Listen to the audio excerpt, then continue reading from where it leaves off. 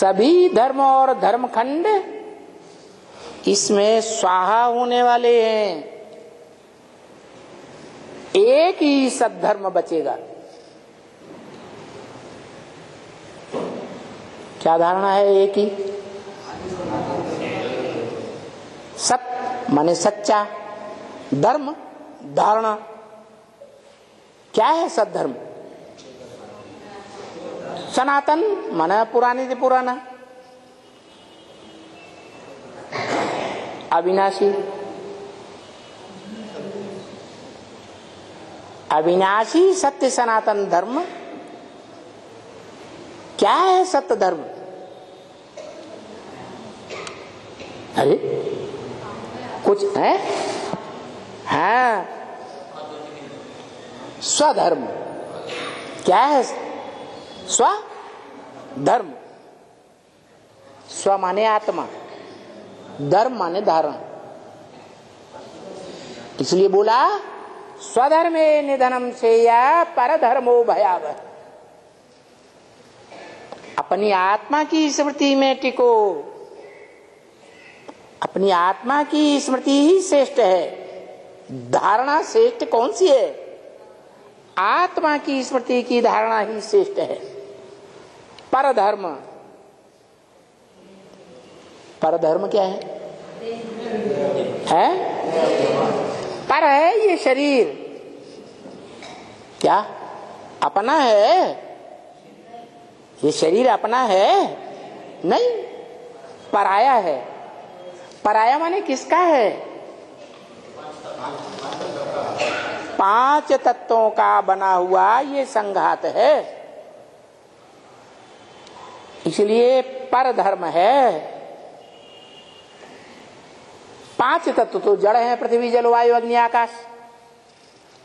लेकिन गीता में बताया है कि दो प्रकार की रचना है। क्या? एक है स्थूल रचना जो दुनिया में फैली हुई है, पृथ्वी जलवायु अग्नि आकाश के रूप में।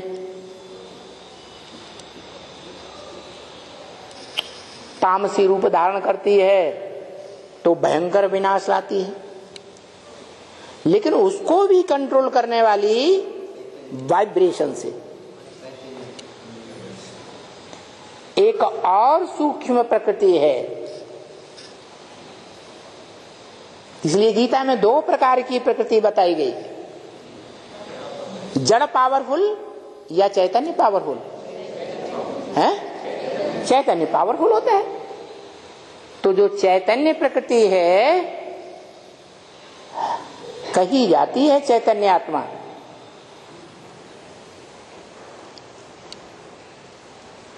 पृथ्वी देवताय नमः, जल देवता, वायु देवता, अग्नि देवता। शास्त्रों में देवता का रूप दिया है या नहीं दिया? तो चैतन्य है देवता है या जड़ है? जड़ है। जड़ तो बुद्धि वाले हैं, लेकिन आत्मा तो चैतन्य है।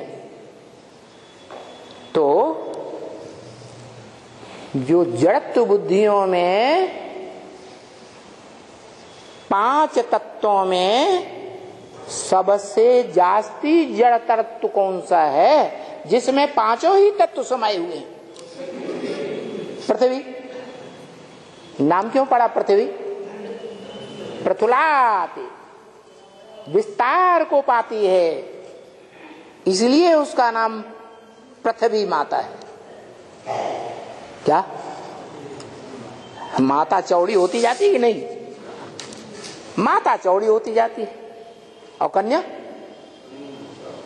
कन्या चौड़ी होती है क्या? नहीं, कन्या तो चौड़ी नहीं होती।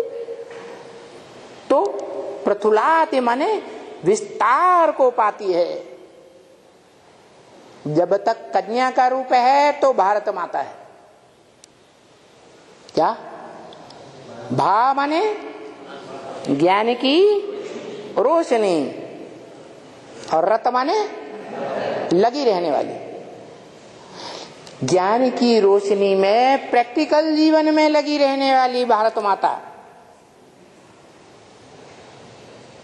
कोई हुई है कभी?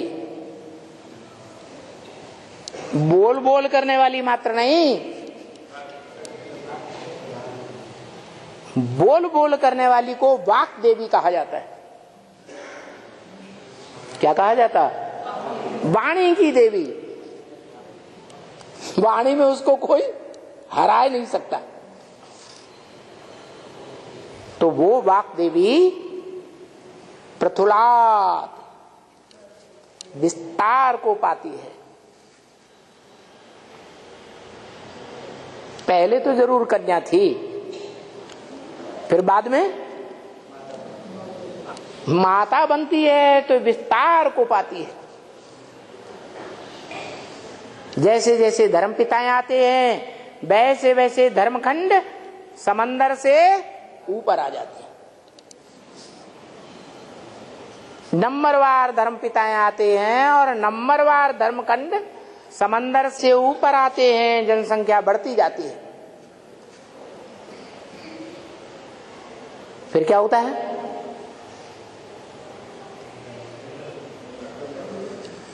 उसको कहते हैं सीता माता। इसलिए वेदवाणी में बोला है कन्याओं माताओं की तरफ इशारा करते हुए, खास तुम सब सीताएं हो। क्या हो? सीताएं हो। कहां से निकलती है? धरणी से ही निकलती है और फिर अंत में धरणी में ही समा जाती है।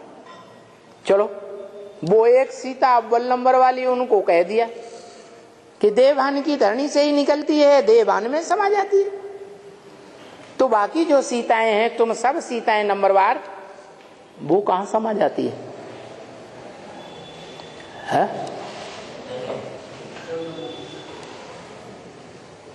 वो जगदम्बा के अंडर में आ जाती है।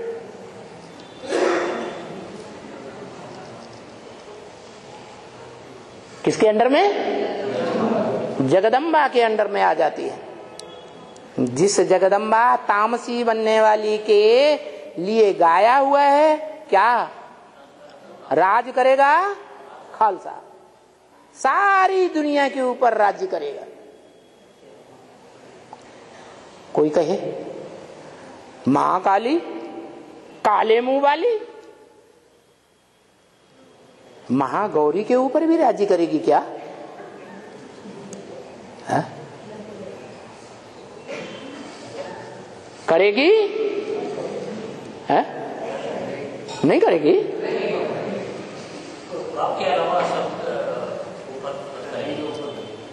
वो है ही जगत माता। क्या? सारे जगत की माता। जो जगत माता है वो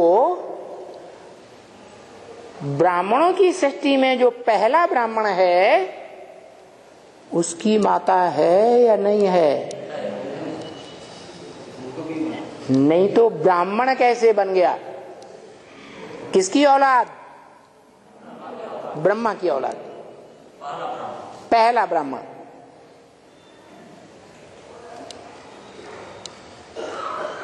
तो सवाल पैदा होता है, पहली माता कौन जिससे पहला ब्राह्मण बना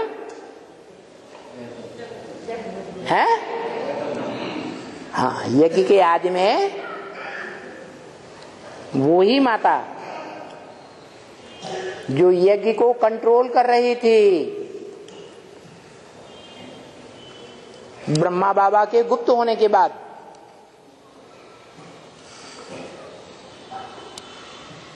ऐसी ऐसी बच्चियां थी जो मम्मा का बाबा को भी ड्रिल कराती थी, टीचर हो बैठती थी। उनमें बाप प्रवेश करते थे। ऐसे बोला है ब्रह्मा महावाक्य में। हम समझते थे ये तो बहुत अच्छा नंबर माला में आवेंगे, वो भी गुम हो गए।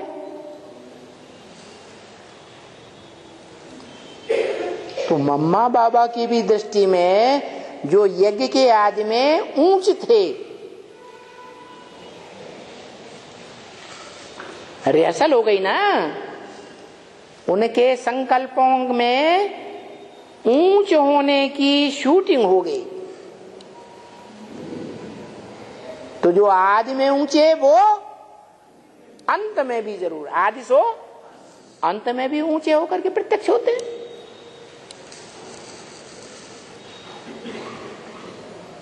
इसलिए बताया कि शिव बाप जब आते हैं तो अकेली आत्मा के रूप में आते हैं या कोई को साथ लेके आते हैं? 3 मूर्तियों के साथ आते हैं। ब्रह्मा सिर्फ बोलने वाला, क्या सुनाने वाला और सुनने वाला, बस।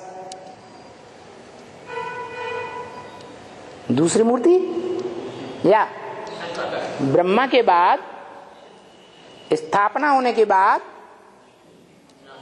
पुरानेपन का विनाश, तो शंकर द्वारा विनाश। दूसरी मूर्ति जिसे लास्ट नाम दिया गया ब्रह्मा विष्णु शंकर, और सबसे अंत में प्रत्यक्ष होने वाली मूर्ति विष्णु। कैसी विष्णु मूर्ति? नो विषयटाल, चाहे वाचा हो, चाहे कर्मेंद्रियां हो, चाहे दृष्टि हो, विषय विकार की बात ही नहीं, विविचार की बात ही नहीं। ऐसी वैष्णवी शक्ति जिसको नाम देते हैं महालक्ष्मी, जिसकी यादगार में आत्मा रूपी दीपकों की अवली, दीपावली जो मनाई जाती है, उस दीपावली में महालक्ष्मी की पूजा होती है। किसकी? महालक्ष्मी की पूजा होती है। तो महालक्ष्मी नाम क्यों पड़ा? लक्ष्मी क्यों नहीं? क्योंकि 2 आत्माएं कार्य करती हैं, एक महाकाली के रूप में और एक महागौरी के रूप में। दोनों के स्वभाव संस्कार का मेल होता है, तब कहा जाता है महालक्ष्मी। उन दोनों में एक बुद्धि से समझने समझाने वाली और समझकर प्रैक्टिकल कर्म के रूप में प्रत्यक्ष होने वाली कौन? लक्ष्मी कही जाती है, महागौरी कही जाती है। और दूसरी महाकाली। शरीर के आधार पर काले कर्म होते हैं या आत्मा सिर्फ अकेली काला कर्म करती है? शरीर के आधार पर काले कर्म होते हैं। काले कर्म माने छुपा कर जो किए जाएं, समाज की दृष्टि में, परिवार की दृष्टि में उसे कहते हैं काला मुंह करके आई है। तो विविचार की ओर इशारा है। काला माने अनेक रंगों को मिला दो तो क्या हो जाता है? काला रंग हो जाएगा। ये भी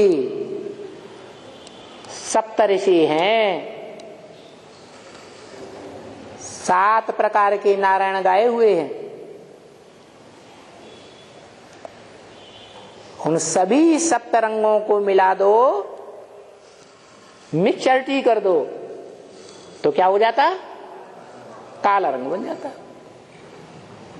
ये भी 7 नारायण हैं जो द्वापर में और कलयुग में आकर के ऊपर से आने वाले धर्म पिताओं के आधार बनते हैं।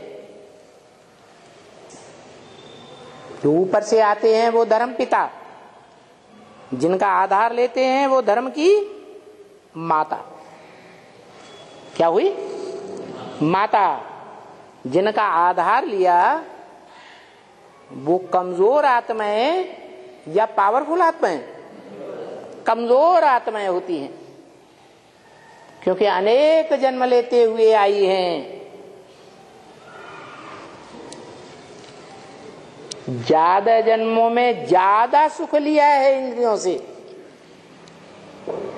तो ज्यादा देह के सुख भोगने से देह कमजोर हो जाएगी, आत्मा कमजोर हो जाएगी या पावरफुल बनेगी? है पावरफुल बनेगी। कमजोर हो जाती है। वो कमजोर बनी हुई आत्मा फिर काली कही जाती है।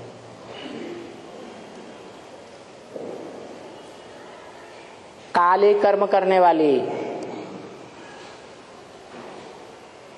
छुप के जो कर्म किया जाता है वो काला कर्म है। जब से धर्म पिताएं आए, खासकर काम विकार की सृष्टि में वृद्धि करने वाला इब्राहिम जब से आया, तब से काम विकार की वृद्धि हो गई। यहां तक वृद्धि हुई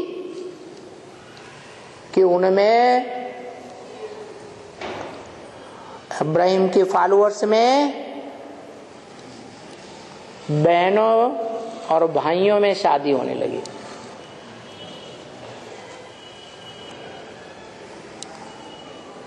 चाहे मामा की लड़की हो लड़का हो, चाहे चाचा की लड़की लड़का हो, भारत में उन्हें भाई बहन माना जाता है या पति पत्नी माना जाता है? और नॉर्थ इंडिया में तो खास क्या ऐसा नहीं दे होता कि बहन के साथ भाई शादी करे। और ये परंपरा पहले इस्लामियों ने डाली। क्यों? उनको लाजमी है, क्योंकि उनकी जनसंख्या इस दुनिया में होती ही नहीं। तो संख्या की वृद्धि करने के लिए उन्होंने ये तरीका निकाला। अब जानवरों में और मनुष्य में क्या अंतर रहा? जानवर हो, बंदर हो, कुत्ता हो या कोई भी जानवर हो, वो बहन को जानता है, मानता है, प्रैक्टिकल में संबंध निभाता है। मां को जानता है, मां को भी नहीं जानता, बहन को भी नहीं जानता, बेटी को भी नहीं जानता। उनको तो अपनी जानवरियत का कर्म करने से मतलब मन है ही नहीं जो विचार करे कि प्रदूषण फैल जाएगा हमारी जाति में। क्या प्रदूषण फैलता है तो क्या होता है? दुनिया में जानवरों में जो राजा माना जाता है शेर, उसकी तादाद कम होती जाती है, क्षीण होती जाती है या वृद्धि होती है? क्षीण होती जाती है। दूसरी प्रकार की जातियां उत्पन्न होती जाती हैं।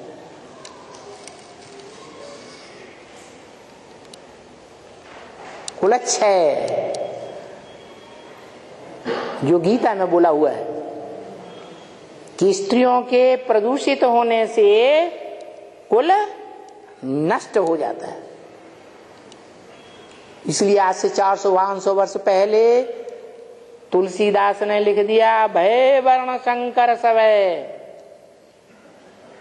सब वर्ण शंकर हो गए, मिश्र हो गए।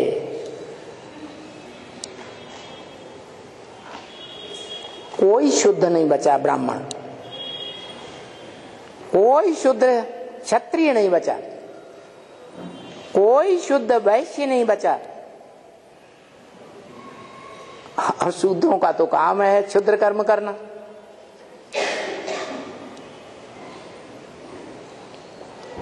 इन सब बातों की शूटिंग कहाँ होती है, रिहर्सल कहाँ होती है? श्रेष्ठ आत्माएं नीचता की रिहर्सल करती हैं कि नीच आत्माएं नीचता की रिहर्सल करती हैं? जो श्रेष्ठ शिव है वो श्रेष्ठ परंपरा डालता है, परंतु वो निराकार है। जिस साकार में प्रवेश करता है वो साकार निराकार का मेल भी श्रेष्ठ परंपरा ही डालता है। उसके बाद जैसे जैसे नीचे आते जाओ क्या होता जाता है? गिराने वाले बनते हैं, उठाने वाले बनते हैं, गिराने वाले बनते हैं। इसलिए बताया कि जो गाया जाता है शास्त्रों में, भाग्यशाली रथ, स्वयं भाग्यशाली रथ है तो दूसरों को भाग्यशाली बनाएगा या दुर्भाग्यशाली बनाएगा? स्वयं ज्ञान का धनवान है तो जो भी संसर्ग संपर्क संबंध में आएंगे उनको ज्ञानवान बनाएगा या अज्ञानी बनाएगा? ज्ञानवान बनाएगा। धनवान है तो धनवान बनाएगा, ज्ञानवान है तो ज्ञानवान बनाएगा। बाप जमींदार है तो जमीन का मालिक बनाएगा बच्चों को।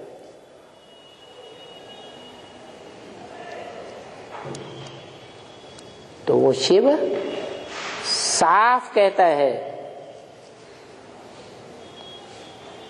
मैं शक्तिवान हूं लेकिन मास्टर शक्तिवान नहीं, सर्वशक्तिवान भी हूं लेकिन मास्टर सर्वशक्तिवान नहीं। तुम बच्चे मास्टर सर्वशक्तिवान बनते हो नंबर 1।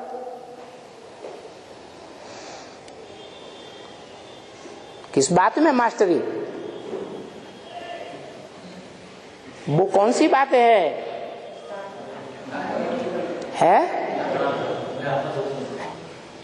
स्मृति, याद, स्मृति में मास्टरी, याद में मास्टरी। कैसी स्मृति? एक शिव बाबा, दूसरा न कोई। अगर व्यभिचारी स्मृति है तो व्यभिचारी धर्मों के प्रभाव में आएंगे और प्रजा बन जाएंगे। अब व्यभिचारी स्मृति है तो जो अव्यभिचारी है उसी के प्रभाव में रहेंगे, औरों के प्रभाव में नहीं आएंगे। हैं तो नंबर 1 क्या? पढ़ाई पढ़ने वाले कौन हैं? बच्चे, आत्मा, आत्मा रूपी जो बच्चे हैं, जो निराकार ज्योति बिंदु स्वरूप में टिकते हैं, वो आत्मा रूपी बच्चे प्रैक्टिकल में ऐसी स्टेज धारण करते हैं जो कोई भाग्यशाली बनते हैं। एक के संग के रंग में आकर और कोई अनेकों के संग के रंग में आकर क्या बनते? दुर्भाग्यशाली बनते।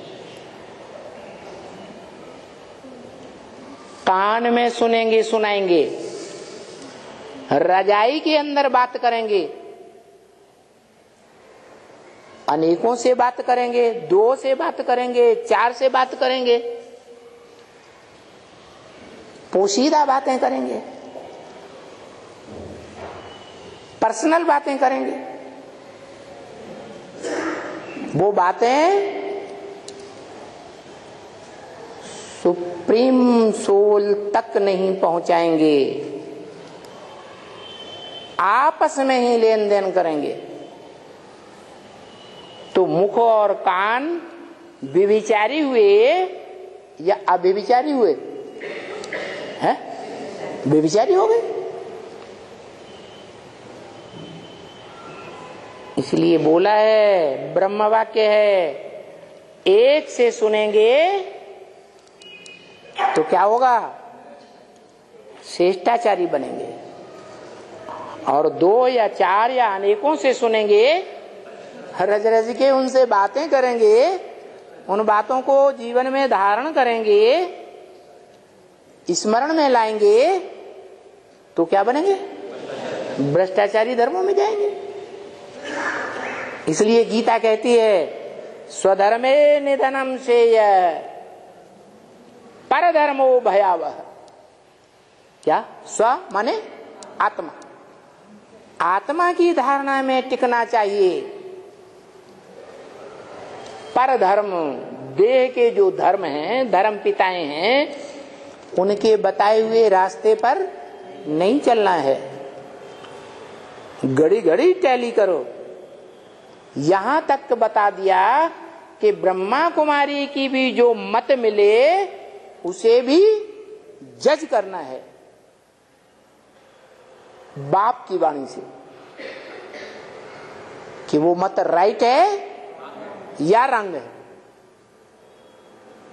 एक की मत से मिलती जुलती मत है तो धारण करना है, नहीं तो एक कान से सुनो, दूसरे कान से निकालो।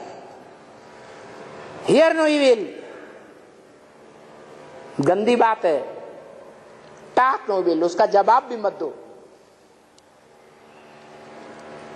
इसलिए भक्ति मार्ग में भी गायन है, सदगुरु निंदा सुनिए न काना, होय पाप गौ घात समाना। जैसे गौ की हत्या करते हैं तो भक्ति मार्ग में बहुत बड़ी हत्या मानी जाती है।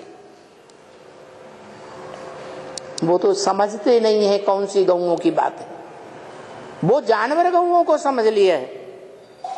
अरे जानवर गौओं की बात नहीं है, ये तो कन्याओं माताओं की बात है,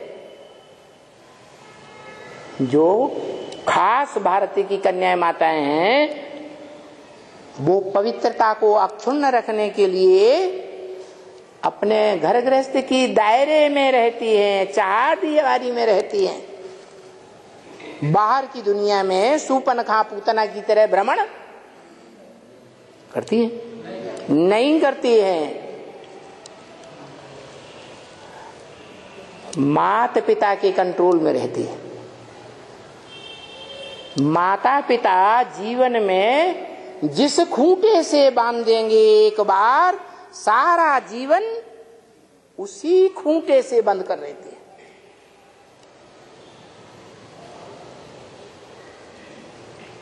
वो ह्यूमन गौओं की बात है या जानवर गौओं की बात है? ह्यूमन गौओं की बात है। कृष्ण को भगवान कह दिया और दिखाई दिया कि वो गौएं चराते थे, घास खिलाते थे। अरे भगवान आएगा तो मनुष्यों को सुधारेगा या जानवरों को सुधारेगा? मनुष्यों की बात है, जानवरों की बात थोड़ी है। जो ढेर के ढेर जानवरों के अवतार दिखाई दिए भगवान के, कच्छा अवतार, मच्छा अवतार, कैसे कैसे हैग्रीव अवतार, सूकरा अवतार, सूअर का अवतार।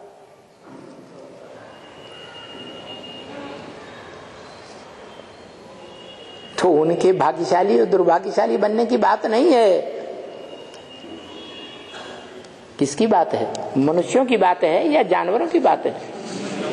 मनुष्यों की बात है।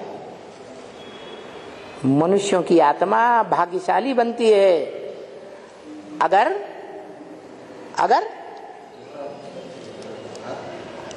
अगर प्रैक्टिकल में जो शिव समान स्टेज धारण करने वाली आत्मा है उसको फॉलो करे,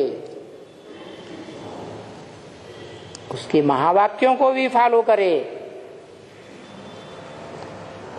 और क्या फॉलो करे? पुरुषार्थ को भी फॉलो करे। इसलिए कहा फॉलो मदर एंड फादर। परंतु माता पिता कौन है, यही समझने में बुद्धि काम नहीं कर पाती। कहते हैं मंदिर में जाके, शिव के सामने माथा टेकते हैं, शिवलिंग के सामने कहते हैं तुमेव माता च पिता तुमेव,